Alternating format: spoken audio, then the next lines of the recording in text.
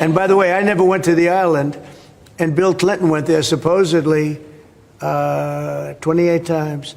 I never went to the island, but Larry Summers, I hear, went there. He was the head of Harvard. And many other people that are very big people. Nobody ever talks about them.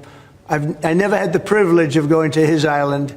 And I did turn it down, but a lot of people in Palm Beach were invited to his island. The atmosphere in the chamber transformed instantly when Barack Obama ceased treating the proceedings like a standard hearing. The air, once thick with the legislative drone of rustling papers and hushed whispers, sharpened into a singular, focused tension. Donald Trump had arrived employing his habitual tactic: lead with a denial, dismiss the claims rapidly, and speak with absolute certainty as proof. He entered with shoulders squared, projecting defiance that had carried him through decades of scrutiny. Leaning toward the microphone, he brushed the subject aside with practiced ease, insisting his connection to Jeffrey Epstein was virtually non-existent and dismissing the issue as recycled fabrication pushed by political enemies. Are you still talking about Jeffrey Epstein? This guy's been talked about for years. You're asking, we have Texas, we have this, we have all of the things. And are people still talking about this guy, this creep? That is unbelievable. It was a performance of pure bravado, designed to overwhelm the premise itself. For a brief moment, it worked. The room fell into a heavy hush. Pens paused, reporters waited, and cameras captured a man who appeared to have already won. Then Obama looked up, adjusted his stance with precision, and said calmly, "Good. In that case, this should be straightforward." The mood shifted instantly. Without raising his voice, Obama activated the display behind him. The screen came alive in a cold blue-white glow. "You claim there was virtually no association," he said evenly. "So let's rely on visual records." Trump's expression tightened slightly, more irritation than alarm, but enough to signal the shift. First image. A photograph appeared. Trump beside Epstein and Ghislaine Maxwell at a private event, their proximity suggesting familiarity, not coincidence. In 1993, Trump reportedly hosted a party at Mar-a-Lago for young women in a so-called calendar girl competition, and Epstein was the only other guest. Okay. That's not right. If there's only one person invited, that's not a party. That's an appointment for something.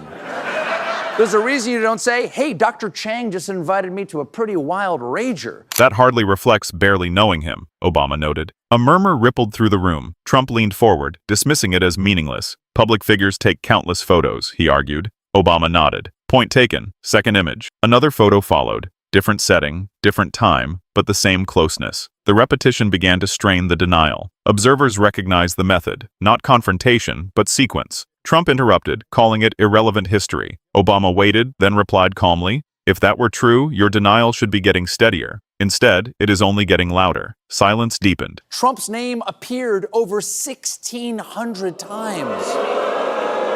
Wow, that's a big number. What numbers are less than that? Either in one email, Epstein wrote, "I have met some very bad people, none as bad as Trump, not one decent cell in his body." Whoa. It's gotta hurt when Jeffrey Epstein calls you a bad guy.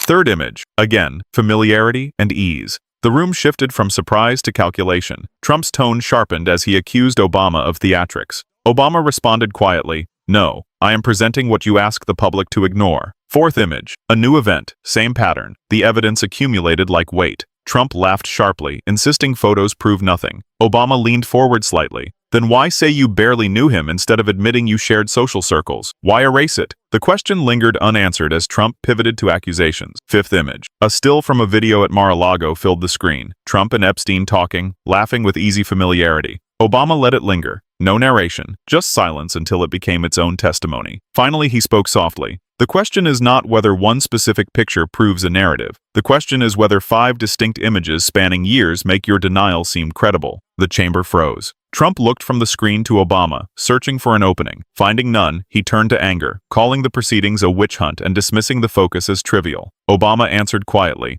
"A man who is confident in the truth does not recoil at photographs." The room fell completely silent. Trump tried to respond, but hesitation betrayed him. Obama did not press further. He addressed the room, explaining the issue was not scandal but something deeper. When a leader asks the public to reject what they can plainly see, the danger lies not just in the falsehood, but in conditioning people to doubt reality itself. He turned back one last time and said, You were not forced into these pictures, but you are now forced to exist alongside them. That would be the moment etched into memory in this reimagined history. It wasn't defined by an outburst, a gavel strike, or a confession. It was the quiet disintegration of a denial under the weight of 5 silent photographs and one composed man who recognized that the most impactful answer isn't a louder shout, but a slower, undeniable reality.